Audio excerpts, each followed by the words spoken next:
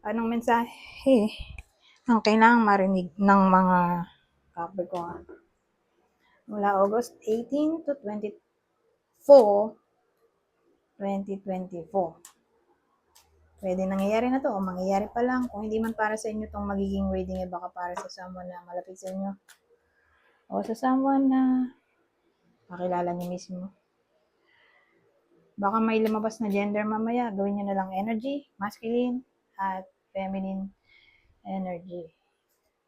Pwede rin naman na wag niyo nang pansinin yung gender ko as long as tama naman yung sitwasyon niyo sa reading, ganun na nga lang. Wag niyo nang pansinin ang gender. Magsimula na tayo.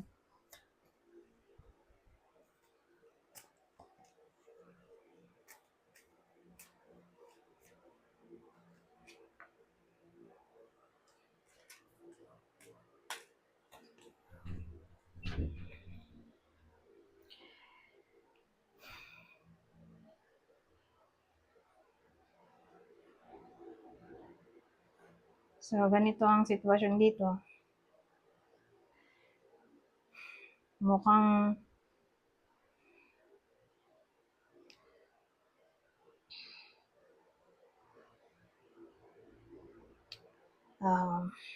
magkakaroon na ng plano siguro.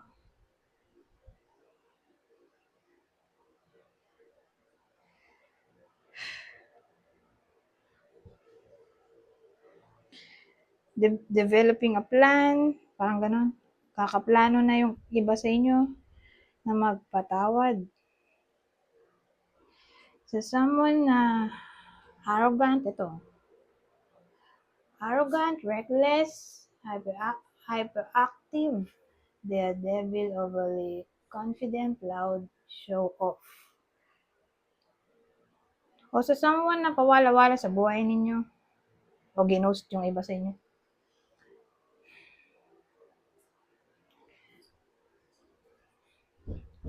So madaling salita, magmo-move on na.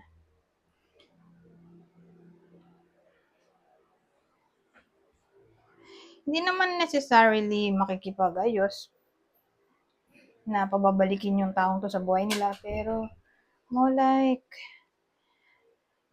magkakaroon na sila ng lakas ng loob siguro na magpatawad na finally. So sino naman kaya itong taong to? Napapatawarin na ng iba sa inyo na Capricorn, Scorpio ulit, Mars to Scorpio, Aries. Particular Scorpio kasi umulit dito. Scorpio, Aries. Sabihin natin kakilala nyo. Kanino tatama to?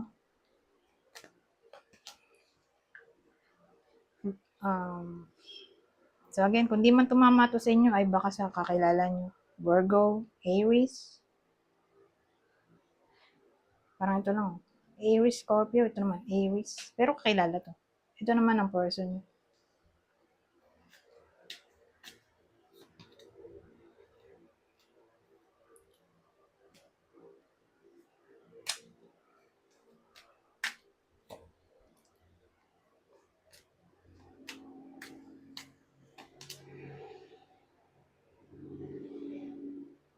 Ano to?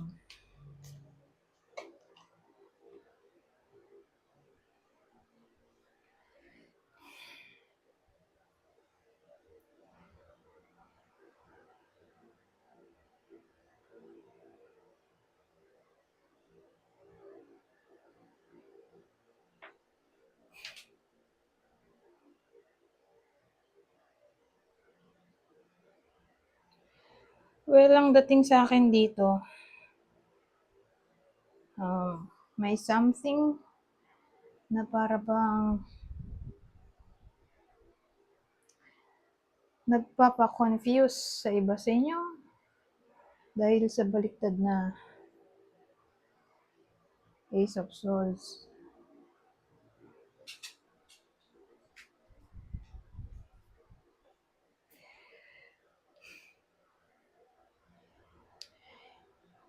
Kasi may problema tayo dito. Ang problema ay pera.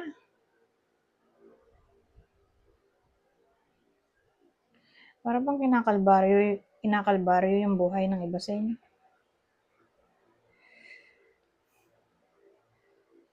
Hindi nila siguro alam anong gagawin nila. At first.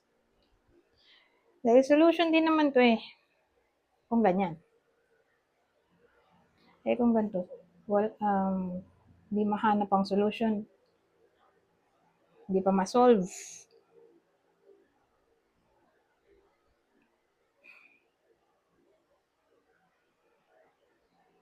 So, kung ano man yung kinakalbaryo ng buhay ng iba sa inyo, anong cause, kung ano man yun,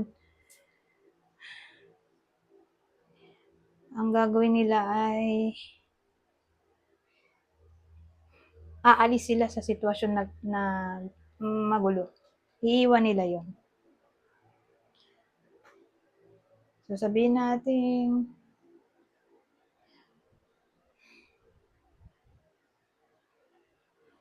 ano bang pwede magpahirap sa inyo? Whether tao yan, business, career, basta natotoxic sila doon. Ang gagawin nilang action ay iiwan nila yon. Pero for some reason, magpe-fail sila oh.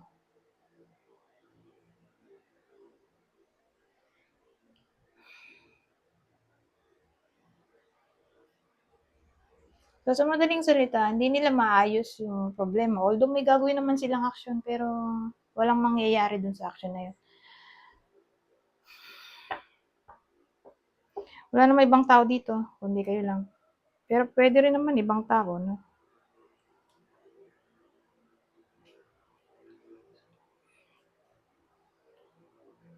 So again, anything na anything o anyone na nagkukos ng problema, iiwan ng iba sa inyo pero ang ending, wala ring nangyari. Babalik din sila. So kung tao to, naiiwan ng iba sa inyo dahil toxic, sino kaya yun? Pisces, Libra. Kung dito tumama sa inyo, baka tumama sa someone na kakilala nyo o malapit sa buhay nyo. Leo, isa sa earth sign, Taurus, Virgo, Capricorn.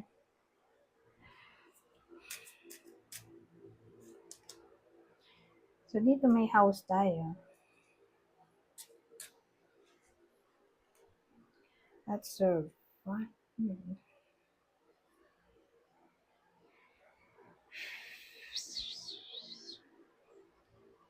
Baka matanggap yung iba sa inyo sa company o big corporation. Pero ang tinutukoy ko dito ay babae. Babae yung mag-a-apply. So baka may kakilala kayo ganito, nag-a-apply. Mukhang matatanggap siya. Kung company. Yung ina-applyan o corporation. Inisip ko pwede ba ito sa government?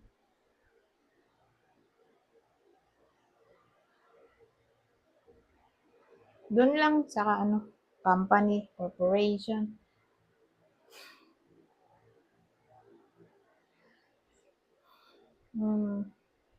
O baka mag-resign siya doon sa company, corporation na sinasabi ko. Either siya yung papasok doon o aalis. Alin man doon sa dalawa. Papasok o aalis sa company o big corporation, babae. Okay?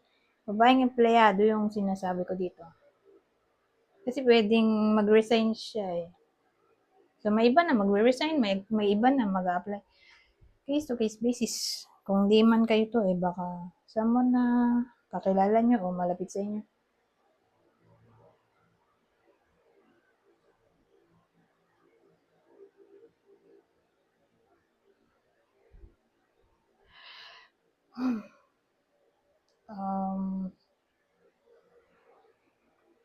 Sabihin natin may kaaway itong babaeng empleyado dun sa workplace.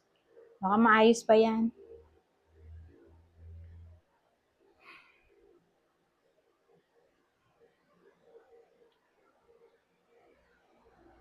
Sabihin naman nating babaeng empleyado at ang nakaaway niya ay kapamilya niya. Sabihin nating bahay nila mismo to house eh. Maayos pa yan. So, kung family dispute, maayos pa yan. O relative, kapitbahay, maayos pa yan. Pero yung tatama ng reading babaeng empleyado,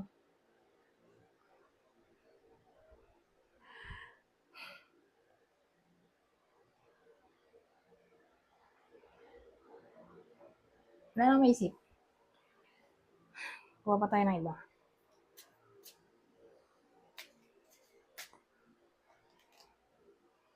Dito, merchant naman. Oh, haughtiness.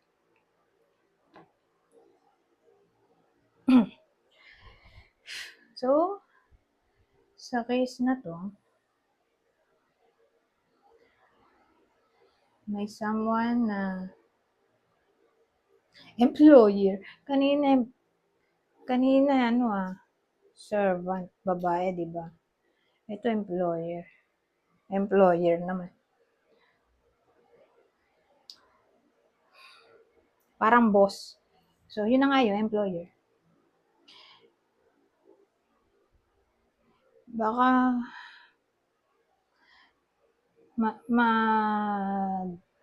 maging problema ninyo kasi masyado siyang ma-pride.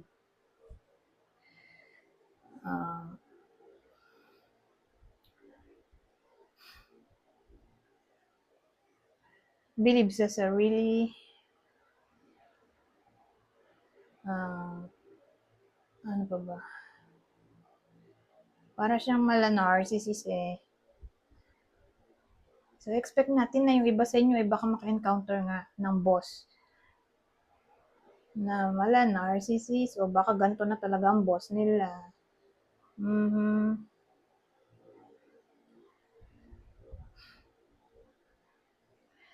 Saka ayaw niya tumanggap ng suggestion. Lagi siyang tama.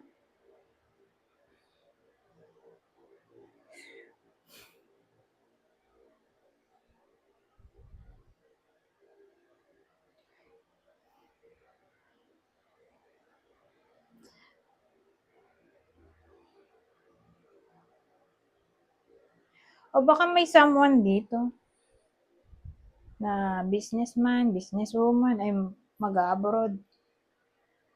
O plano pa lang mag-abroad. Baka maisipan. Pwedeng ganun. Mag-abroad. O baka doon na talaga pupunta, magmamigrate na. Case to case basis.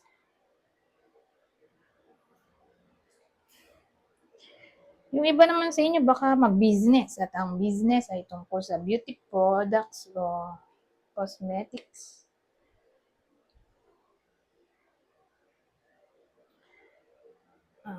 Buy and sell kasi to, may merchant to eh. Para siyang nagbebenta, negosyante, ganun. Ito kasi vanity to eh. So ano pa? O baka ang ibinebenta niya dito ay crystals, candles, anything na may kinalaman sa spirituality. Gemstones, anting-anting, mga ganun ba? Baka maisipan ng iba sa inyo na magbenta ng ganun. Yung para bang may kinalaman sa magic o protection.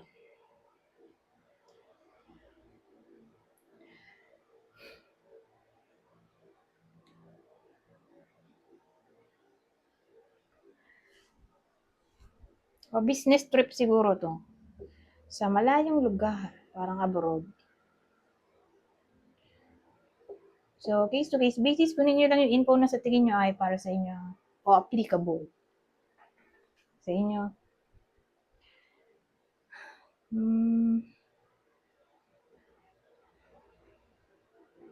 O O meeting to sa pagitan ng Pinoy at foreigner. Pwede rin. Anyways, punta tayo dito sa huli. Meron ako ditong ready na. Naka-ready na siya na cards. Kung mapapansin nyo, ang laki ng card, oh. Kaya ni-ready ko na. Kasi mahirap siya i-shuffle. Anyways, babasahin ko na lang to. Dahil madali lang tong intindihin. Ito ang magiging advice ng mga Capricorn sa linggong ito. August 18 to 24, 2024. A bad day doesn't mean a bad life. Tomorrow will be different.